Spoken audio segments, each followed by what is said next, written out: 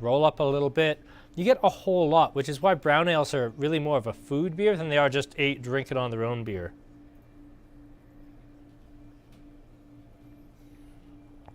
One other thing that kind of occurred to me when I was getting ready for this was I have a huge brown ale love, and I have for a long time. You know, what's my favorite from the Troubled Monk series? Okay, yes, their Open Road is the one that won all the awards, but I've always liked it. What's the only Hell's Basement beer I carry? Rise Against the Machine. What's the only Rogue beer I carry? Hazelnut Brown. What's the only New Belgium I'm carrying at the minute? Well, it's Fat Tire, but only because I can't get their Terroir Sour right now. I love this style. I loved Sweet Nicky Brown from Half Pints when I could get that. I've always said for years that Wild Rose's best beer that they make is the Barracks Brown, even though it's a really slow seller for us. I still carry it. The same thing with, like I said, Fernie. I still adore their First Tracks Brown. I think brown ales are great beers for a beer drinker. They're not as sexy as a sour beer right now. They're not as like incredibly market leading as an IPA, but that's why I wanted to dig into them a little bit, is I think they get more than a little overlooked. What are we pairing with brown ales? For me, it's always pub food. You know what? Brown ale is perfect with just like fries and gravy, or you're not feeling creative with your pub food. You're not ordering anything fancy. You're not getting the buttered chicken tonight. You're gonna get like fingers and fries, or a burger and fries, or something just very earthy, very simple, very like pub comfort food. Like springing for the bars pizza is maybe a little too far for a brown ale. You want like really good old-fashioned starch and protein, really simple foods, and those do beautifully with brown ales as a whole. What's the Rogue beer like? I think it tastes way too much like whatever they're using to flavor it, like hazelnuts. Knowing Rogue, it's probably something fairly natural. It's probably a natural oil they got from distilling hazelnuts themselves or whatever. All that said, I think it tastes way too much like artificial hazelnut. I don't like hazelnut brown nectar. Big picture, it's actually probably one of those beers in the store we've carried the longest. I can remember bringing in Rogue beer for the very first time, maybe the second or third or fourth year I worked here, which would put that like 2003, 2004. We've carried this stuff forever. Originally just in the big bombers, then 6-pack bottles, now in 6-pack cans. It continues to sell quite well despite being ludicrously expensive for what it is. It's like $20.95 for a 6-pack of cans for a beer that I don't think is all that shit hot, but it continues to sell very, very well. Fat Tire got ruined when it started getting brewed by Steam Whistle. Grant, you're not wrong. I actually had this conversation with Devin and Corey the other day about Steam Whistle in general, and how they kind of all fell apart, and how their pricing has just continued to climb, and they fired all the cool salespeople, and I think they got rid of all the like bright green painted like vintage trucks that they drove around to all the beer festivals. We're getting really off topic here a bit, but I remember putting on the SAG Craft Beer Festival for the first few years, and like Steam Whistle was a must invite because they showed up and they were super enthusiastic. Like, we only have one beer because we're Steam Whistle, but we're gonna bring out like all the banners and we're gonna have a really great time, and it's always gonna be a party at our booth. And now Steam Whistle's like, yeah, we don't do festivals. It's really sad because they used to be such a cool company. And yes, they did take over brewing all of the New Belgium stuff, basically because it's cheaper to brew it in Canada than it is to brew it in the US, pay duties and tariffs to get it to Canada and then distribute. So they are doing all of this at Steam Whistle. And yeah, I don't think it's done great things. I think all of the domestic, like the standard stuff like Fat Tire and Ranger and all of their core beers are brewed in Ontario now. I think their sours and their more interesting like one-off barrel-aged things are still brewed in Colorado for this market though. Aaron, you have a question? Yeah, Aaron from the production booth. From the production booth? Yeah. Why do you only like a beer on tap? What's the difference? Why do I only like a beer on tap? Usually kegs are a little fresher. Also, that was quite the voice you put on right there. Yeah. We all know your voice. It's been like a year, man. Like, you're not fooling anyone. Why do I only like a beer on tap? Short answer, I don't know. I think some of it might have to do with the gas, the fact that they use beer gas, which is a nitrogen CO2 blend, rather than just what's in the can. Part of it might just be the experience of sitting down and having it in a pint glass. And, you know, if I'm having a beer at home, usually I'm quite distracted. I'm, you know, playing a video game or watching a movie or cooking or something. when I'm having a beer out, especially if I'm like at a beer bar, at least the first third of the beer, I'm really into the beer. I mean, yes, I'm hanging out with people and talking to them, but I'm at a beer bar drinking beer. And especially if you're someone like at Fernie, which I think is where I had the best experience I've ever had with First Tracks Brown, it just, you're there for the moment, and the hops just came to me on tap in a way that they've never come to me out of can. Now, I will say that's not unique to brown ales. I've had that experience with a lot of different styles, but most of the styles that I've had that with have been brown ales or beers under this giant brown ale umbrella that we're working in. Does nut brown always mean it has flavoring? No. Nut browns were a really particular style, I believe, originally out of southern England, but now more associated with like the northern England paler browns. And it was to denote like a nutty character to it that they got from using a really specific blend of toasted malts. The hazelnut brown here, they definitely do add hazelnut too. Most nut browns don't have added nuts of any description. They're just very nutty by brewing convention or however they're doing it. And yeah, Tainted Love freaking owns. I can't believe I still have Tainted Love. Actually, speaking of that, I grossly overbought. We're getting out now, but I grossly overbought on both Cellophane Flowers and Tainted Love from Establishment because I love them so much. And then we brought them in, and they've just kind of like slowly trickled out. They're fantastic beers. Actually, Cellophane Flowers is tasting better now than it did when it first showed up. I thought it tasted a little bit, I don't know, plasticky or phenolic-y when it first rolled in the doors. I think that's dropped away now, and now it drinks a lot more like Duotang, but with more fruit. Cellophane Flowers is drinking like a hot damn right now.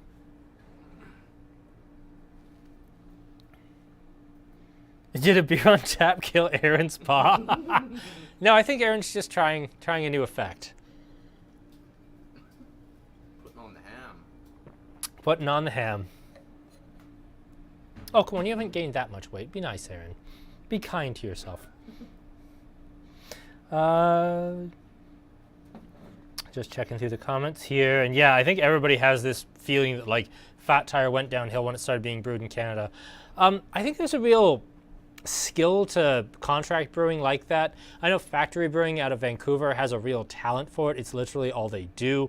But you have to be really faithful and really careful. And you have to spend probably more money than really would make it pay for itself in the first year to make sure that recipe's absolutely dialed in.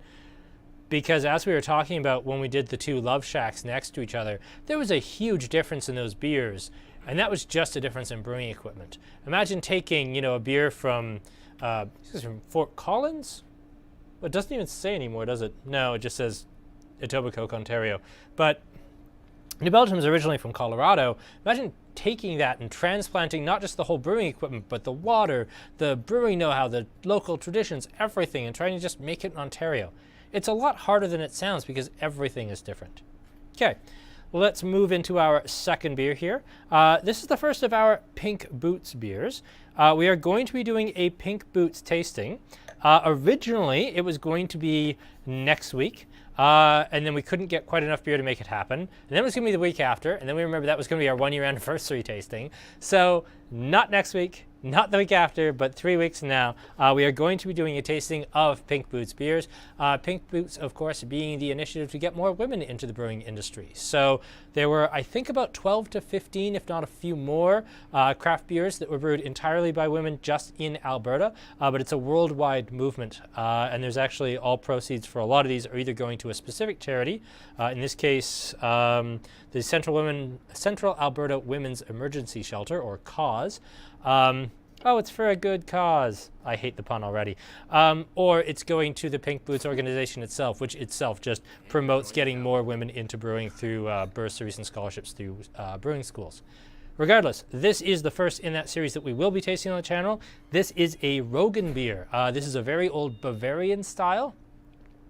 Bavarian beer, of course, in 1516, introduced the Bavarian purity law, which stated that beer had to be, now they hadn't discovered yeast was a thing yet, but water, barley, and hops.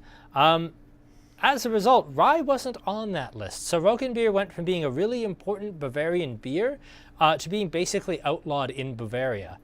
It slowly crept back in, and rye now is kind of used as more of a seasoning ingredient, where you have like rye IPAs, rye brown ales, and the rye's against the machine.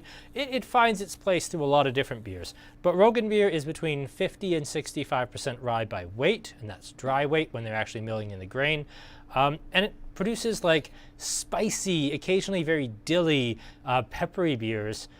That also, because again it's a Bavarian style and they usually use a Bavarian yeast, you get clove, nutmeg, banana, bubblegum, and that's coming from the yeast. The rye itself is giving you a lot of spiciness. Why don't we see more rye? Like, why isn't everything a rye beer? Because rye gets incredibly gluey and sticky when you brew with it, and it's incredibly annoying to brew with, especially in higher concentrations. Throwing 10% rye into your IPA, you're probably fine. You want to throw in some rice hulls, but you're probably fine. Making a 65% rye beer, you must just really hate your life. It's incredibly difficult to brew with.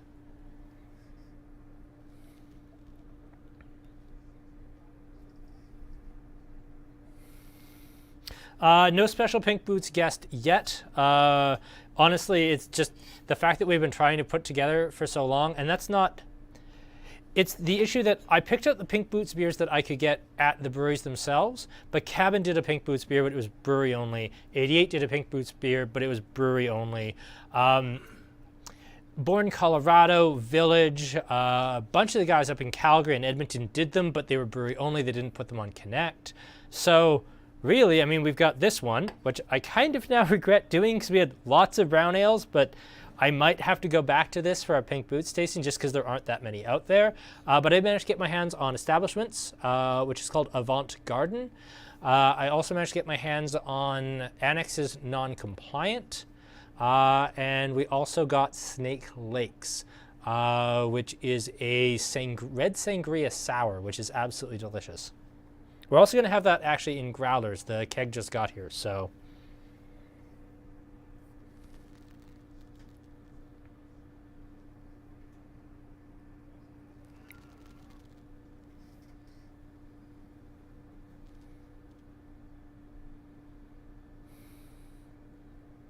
Sorry, with a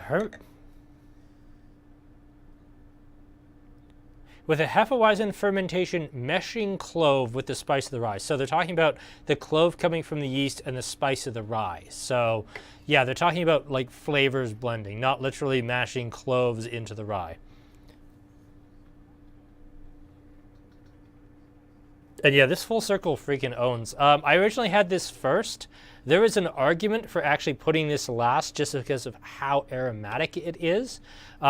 We did do it after the St. Joe's when we were setting the tasting order. I find in the mouth, because the St. Joe's is higher alcohol, this disappears quite easily. Because our alcohol here is 4.5, St. Joe's is all of 6, 7. So yeah, this is just too big to taste this after it, so. And yeah, bubblegum, and it's that really specific, like, dry double bubble gum that you got out of like the penny candy bin as a kid, or nickel candy.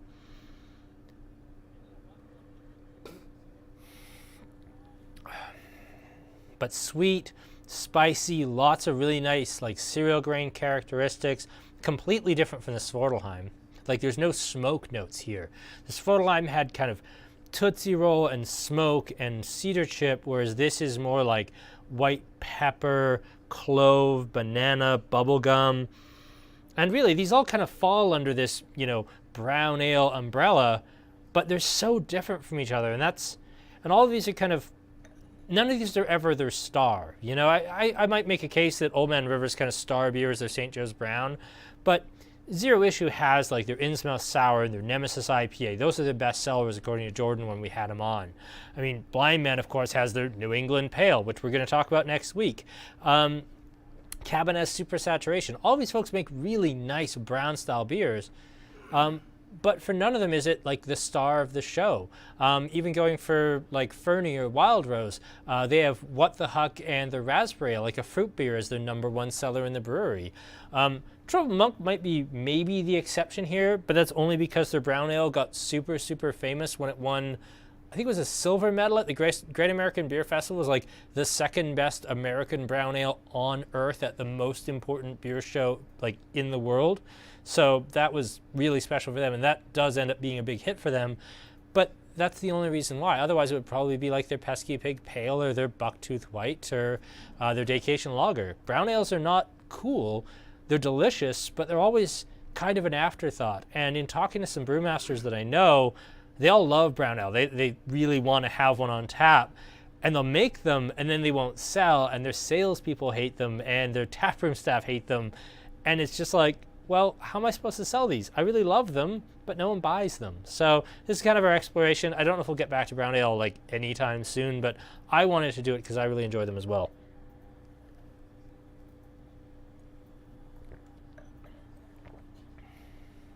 And yeah, I noticed the higher carb too. It's very bright. I'll also say, you got your money's worth on all of these cans. These were filled right up to the very top, to the point where once you cracked it, it was almost spilling out the top a little bit. I mean, thank you, that's great value, but does it need to be like almost overflowing? I mean, I'm glad I got the extra beer, but I don't finish these cans usually. Cool though. What's the bite on the tongue coming from? I would guess the rye itself, because I can't imagine there's going to be a lot of hops to this. At 4.5%, it's certainly not alcohol, so I'm guessing that's just going to be the base rye peppery spiciness.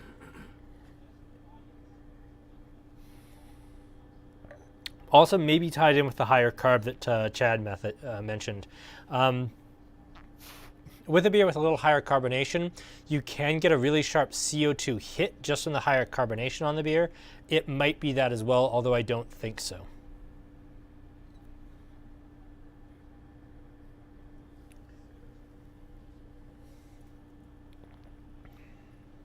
What do you think of that, Aaron? Yeah. Yeah? Yeah. That'll do? All right. It's a bit of a Belgian-y like feel for me. Yeah, it has a bit of a, yeah, I think it won't be my favorite at the end, but you know, I think there's a conversation there about Belgian and German yeasts having a lot of notes in common with that clovey banana thing. Because if we were tasting this West Malt Double, it'd be a very different beer, but when we went to talk about the yeast notes, I think we'd be talking like clove, banana, bubblegum. There's some real notes in common there. I'd love to do that kind of side by side one day, like Dunkel versus Double. Are they as similar as I think they are? So let's go on to the Oldman River St. Joe's Brown, which launched as St. Joe's Belgian Double. They now call it an Abbey style brown, which is a very apt description of a double and to a certain point of a quadruple as well. They are brown ales in the Abbey tradition from Belgium. They tend to be a little stronger, up at 7% here and at actually 7% exactly on the Westmalle as well. The big thing about Belgian dark beers is they use what's called Belgian Special B or Belgian Deep Bittered Malt. So whereas something like the Epilogue in particular is going to use roasted barley, and some of these might have used maybe a touch of roasted barley as well, or certainly some very dark brown malts. With this, they'll actually get it down to the same darkness as either a very dark chocolate brown or even a black malt, but they use a particular enzymatic process to remove the bitterness from it. And that results in kind of like a red licorice nib sort of character, or fruit roll-up sort of dried fruit, candied fruit, red fruit character coming off the malt rather than from the yeast. And that's really, really particular to Belgian style browns. And there it is right there. There's that dried fruit. There's that almost like maraschino cherry a little bit, not in an all the things way, but in like a nice, pleasant way, not dominating the beer and ruining everything forever.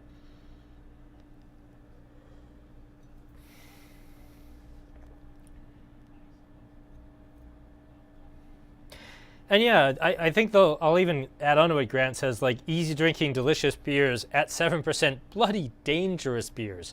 You could sit down and like, this is 7, this is 4.5. This is, oh, I could have another, this is going to jail. Like, that's a huge difference, and this is ludicrously easy drinking. Milky on the nose, okay. I'll be honest, I don't pick that up. I get more dried fruit than anything, but you know what? I'm certainly not the, you know, definitive expert on anything.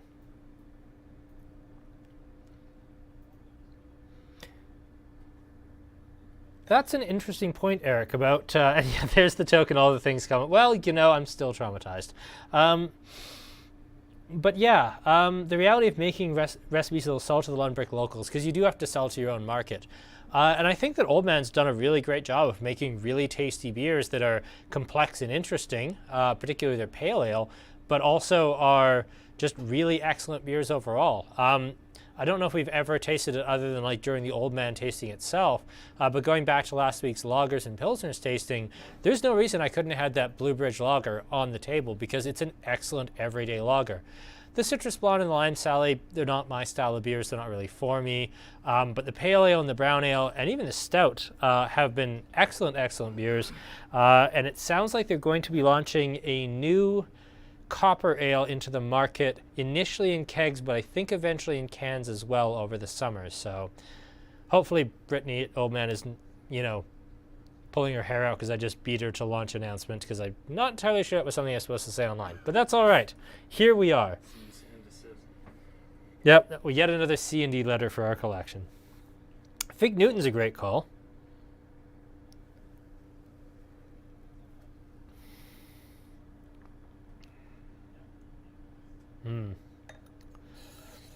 I will say, yes, it's higher in alcohol. Yes, it's bigger. This does absolutely taste like water after the St. Joe's. It's maybe not as spicy and as bright as the Full Circle. That Rogan Beer really did it for me. And I'm surprised because I absolutely love this beer, but that Rogan Beer, that was all right.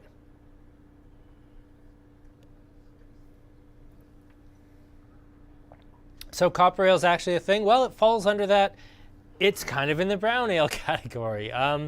Yeah, copper ale I would say is kind of like, when I see it on a label, I assume it's going to be somewhere between a red ale with all that richness and sweetness and an amber ale with kind of that heavier hops. But of course, there's also Imperial Red, which is like a double IPA, but it's a red ale base. I don't know. Once you get into this amber, brown, copper, red, Scotch ale, mild ale, dunkel, double, Westlanders brown. Once you get into this whole wheelhouse, it's all really squishy. There's not like a, there are some beers out there that, you put it in front of me, I'll say, yep, that's an amber ale. And something like Mill Street's Tank House, it's got all that bright, fresh hops up front, but it's really spicy and cedary and piney. You wouldn't mistake Tank House for an IPA. It's got a bright, kind of this sort of color, bright amber, orangey, browny color. And it's got lots of hops. And that I would say, okay, right now, that's an amber ale, sure. It's got tons of hops to it. But again, there's another style of amber ale, like the style that Spectrum Brewing here in town does, which is a copy of like Alaskan Amber, which has a heavy proportion of smoked malt in it. He's aping the Alaskan Amber style almost perfectly, and I think doing a slightly better job than the reference style. That's a perfectly valid style of making an amber ale as well. It has nothing to do with like Mill Street's version, but it's still an amber ale. These styles all get really squishy and interchangeable to a certain point. And no, at 7% alcohol, there's almost no perceptible alcohol burn. I think that's part of why these are such great food beers is even at 7%, I mean, for starters, they're never that strong as a rule. Like 7 is about as high as you'd see them. But for 2, there's so much flavor and so much sweetness and so much else going on with them that you're not really going to get that alcohol burn because there's just too much else happening. I find the same with Stout. That's why I think, Imperial Stout works so well, whereas like an Imperial Blonde would just taste boozy. The Stout has so much other flavor and richness and roastiness and other things that can carry the alcohol very well that it hides it and it makes it taste more balanced perhaps than it actually is.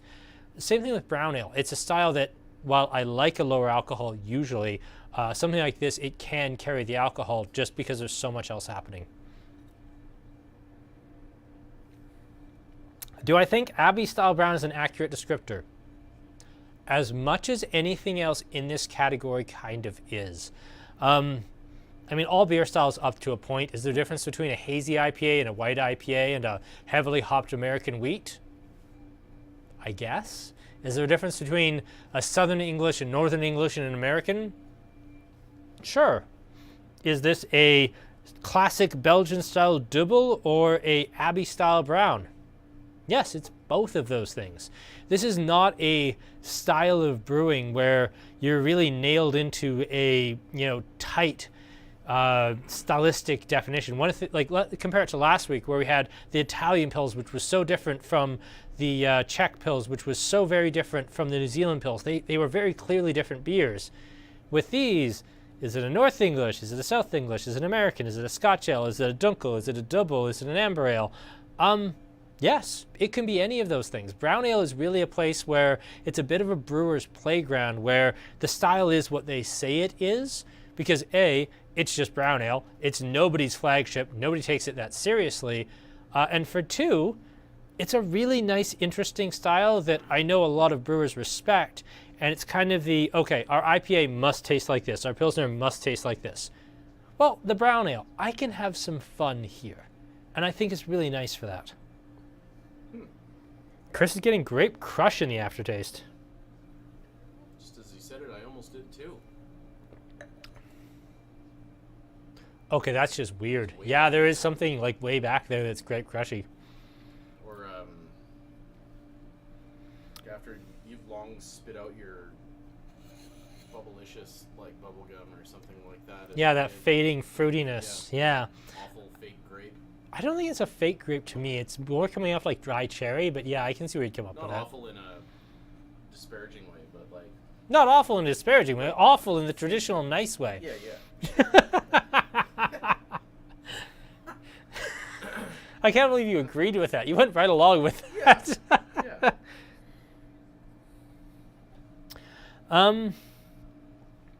Actually, this kind of ties into Jeremy's comment. I think a lot of this is, I've had root beer characteristics on brown ales as well.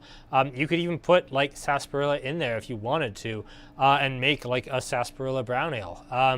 One of the things that unfortunately hasn't really translated up here so much, Troubled Monk does one, but I'm not aware of anybody else does, is in the US in particular, there's a really strong tradition of if you go to a craft brewery and it's like, what do you have for like non-alcoholic options? Most of them don't have like a Coke or a Pepsi license. You have a choice of a glass of water. You're in the US, so iced tea, because that shit's everywhere. And then a lot of them like will craft make their own in-house root beers. I love that as a US craft brewing thing. I wish we saw a little bit more of that up here. But brown ales that have that root beer character, they're out there. I don't know exactly what it comes from, but it's just one of those nice things. And when you get into like brewing, there's brown malt, there's honey malt, there's biscuit malt. There's about 500 different types of lightly toasted, patent pending or patented malts that are really unique and different. You know, if you're making a Pilsner, you might add a little bit of Carafoam or a tiny touch of Vienna just for a bit of color. But with brown ales, you can just layer different types of malt on top of each other and play with, you know, Belgian specialty bittered or roasted barley or roasted rye or blend in some triticale because why the hell not? Brown ales give you so much playfulness to just try different things, change the beer recipe up a bit. That's why I call them a bit of a brewer's playground is how do they get in there? I don't know. They might not know. But they, you know, they blended in like some crazy malt that they just heard of. Their neighbor was growing this ancestral grain of rye, and they only put 50 pounds in the mash, but it's there. It's kind of crazy. Could be the molasses coming through. Did I actually specifically mention molasses in this? Not on the can, but it's also possible Grant knows more than me.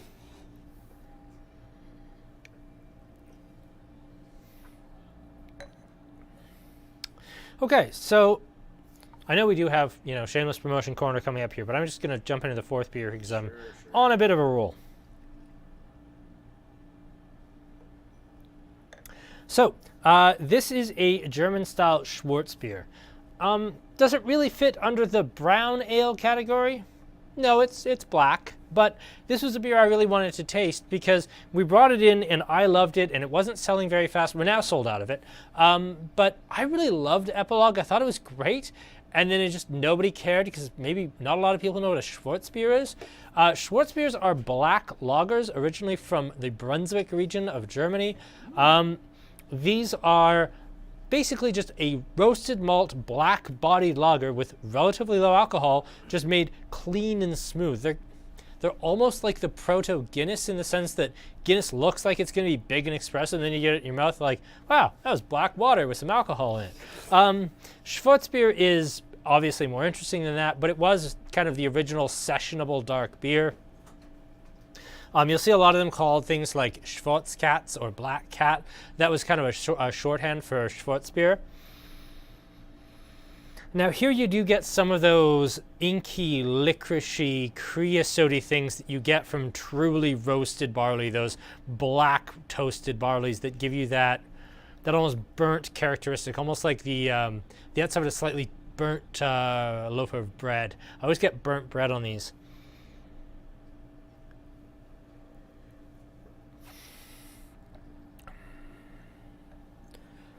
And then in the mouth, like, it's an absolute explosion. And now I hope you kind of see why I grouped it in with this. When you look at it, it's like, well, I don't know if that fits with a brown ale. It's pretty darn dark. But when you get it in your mouth, it's all one and the same. It's all in that same family. It's that same idea. Here are these toasty, rich, coffee-ish, bready flavors.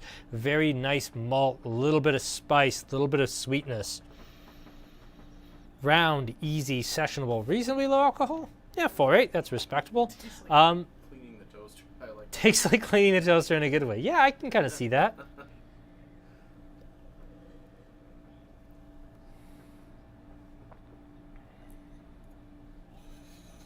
And yeah, it's one of those difficulties of, you know, brewing a different style that not everybody knows what it is.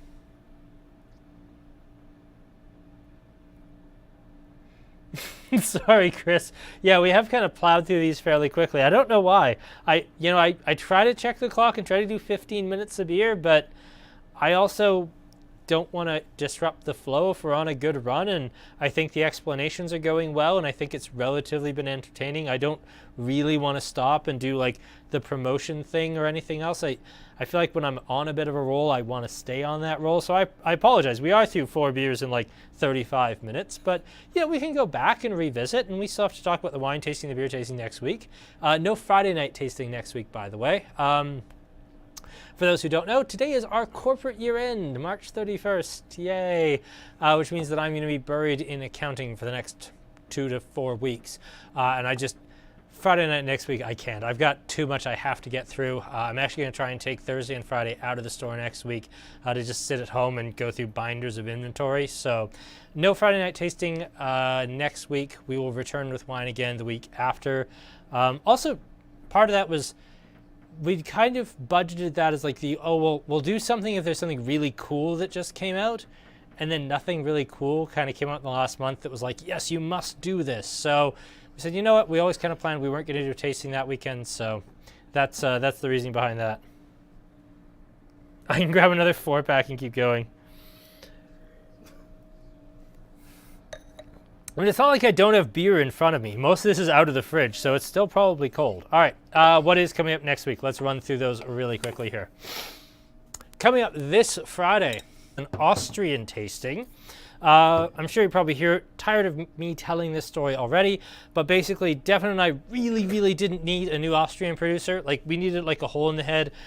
We literally had Andrew Stewart coming down. He was going to taste us on these wines, and was like, I really hope these wines suck because we really don't need Austria. And then I had to step out, and Devin tasted the wines. Then I texted him and said, how are the wines? Were they bad? He's like, no, we're going to carry everything. We need to take multiple cases. And also you should do a Friday night tasting about it. They were amazing. So we are. We're going to have Andrew from Vino Alvino on as our guest. We're going to be doing the Reflection Grüne Veltliner. Grüne Veltliner is the national grape of Austria. It's a white grape. Kind of reminds me of like a less grapefruity Sauvignon Blanc. If you like kind of very mineral wines, this will be right up your alley. For the red and the rosé, these are Solera wines. They are multiple years aged in amphora. It's a blend of different years together. The red is mostly Cabernet Sauvignon and Merlot. The white is kind of local native grape varieties. We'll get into all of the different ones, but a very top-end winery. Most of these wines are kind of in the 30 to 40 range. We're doing the 3 bottles for 85. It's going to be a really, really fun night of just really challenging Austrian wine that's also very easy to drink and very just accessible, but very complex. I like this lineup. All right, now for beers next week. we are going to be doing a little bit of a challenge series. This was the result of me and Devin doing a bit of brainstorming of what can we do that we haven't done already. You know, we've done profile tastings of most of the major breweries. We've talked about most beer styles. How can we keep this series kind of fresh? Well, in the case of like New England Pale Ales, we sell lots of Super Stout. We sell an insane amount of Night Growler. We sell buckets of Afternoon Delight. But let's be fair, this is the beer that kicked it all off. Blindman New England Pale came out in like April 2017, and this is where like hazy pale started, basically for Western Canada. This is the, you know, brew. This is the very first one, and everything that we've seen for hazy IPA and the explosion of IPAs and the explosion of craft brewed IPAs all in Western Canada, this is kind of the origin. Well, it's been 4 years. There's some new challengers on deck. Let's see how it holds up. Let's see if it can still run with the big dogs, or if maybe Blindman needs to take this back and reformulate it. So, you know, we're going to have, I think, our 4 best-selling New England-style pales. Just battle it out. This is one where rankings are going to be mandatory. We are going to have a real conversation about who's the top dog here. I mean, I know everybody knows me as the establishment fanboy, and deservedly so. But, you know, I'm going to keep an open mind. If Night Gallery wins, that's totally fair. It might even win in my own mind. April 2017? Yeah, I looked it up about 20 minutes before the tasting started.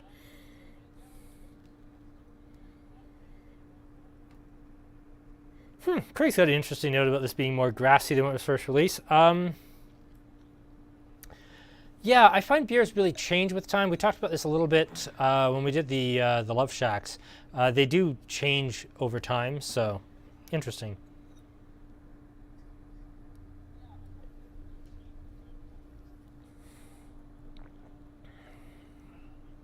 All right, Craig, if you've been hunting for a reasonable malty soft style since 1988, what were you? What was your favorite there, Craig? Like, have we ever gotten close to that with you? Like Rise Against the Machine, anything, or has it just been, you know, the world's most futile quest for the last, you know, 35 years or so?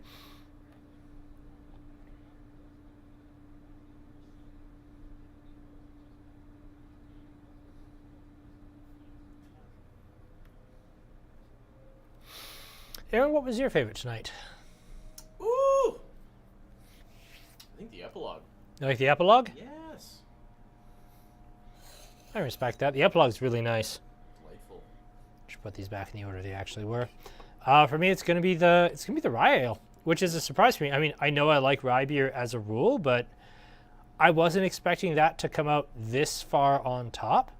Because these are all styles I like. Like, I like St. Joe's. When it was on tap at the Owl, I had it all the time. The Epilogue I thought was really underappreciated and I really liked. I hadn't had Svartalfheim, but I really liked Helheim, the beer that came out before it. I think maybe that's my least favorite tonight, and that's a shame because I think maybe it's a little stronger lineup, but I think that's a nice brown ale. But 1, 2, 3, 4, and that's a beer that I buy regularly, and it's coming in third. I can kind of respect that. Yeah. Good job, Blindman. That's a heck of a rye ale. Kevin's 1, 2, 3, 4. So Kevin vehemently disagrees with me. He had the Svartalfheim line first. Terry has 2, 3, 1, 4. Seeing lots of 2. Seeing some 1. Seeing a lot of people like 1, 2, 3, 4. That's interesting to me. I like that. 2, 1, 3 giant gap, then 4 for Deanne. Grant has the 2 after falling off a cliff, so apparently he and I are not on the same page this evening.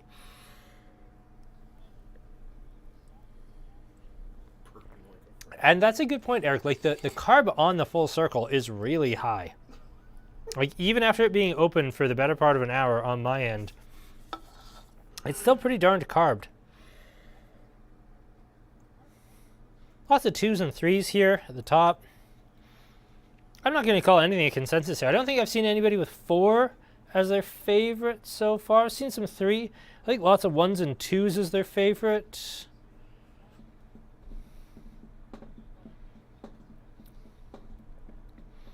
Yeah, I've seen a lot of 4 as everybody's second favorite, but nobody kind of picked it as their top. That's interesting. Except me. Oh, and Aaron. Sorry. I meant people that counted. Yeah. Aaron's getting so sick of my stuff at this point. It's been a year and it shows. He's just like so ready to drop me as a client. It's crazy.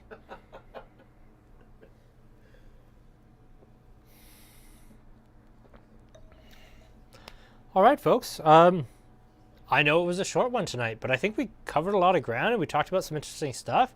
I hope that, you know, when you see something kind of brownish colored and you see it called a double or a dunkel or an old ale or a Scotch ale or a Schwartz beer or a Rogan beer, if it's brown, I know, tough to tell with tall cans, but, you know, if it's brown and it looks interesting, give it a spin. Brown ales is kind of a family of styles, and if you like some, you'll probably like the rest. I mean, West Flanders Brown is obviously a bit of the odd man out, being, you know, a sour beer, but everything else, there's so much to like here. It's so sessionable and flavorful and just wonderful to sit and sip. For me, it's still always going to be a pub style. I don't think I'm going to be the person who regularly takes a 4-pack of brown ale home, but if I'm out, and especially if I'm eating fried food, you're going to see me here with a brown ale more often than not, unless they have an exceptional IPA, because I'm a sucker for an exceptional IPA. But, yeah, my second pint will be a brown ale. Anyway, if it's brown, drink it down. You know what? On that note, I think we'll call it a night. Thank you very much, Aaron. Thank you to all of you. Have yourselves a wonderful evening. We'll see you Friday, or we'll see you next week for the New England Pale Ale Showdown. Oh, man. Enjoy your Wednesday night, everyone.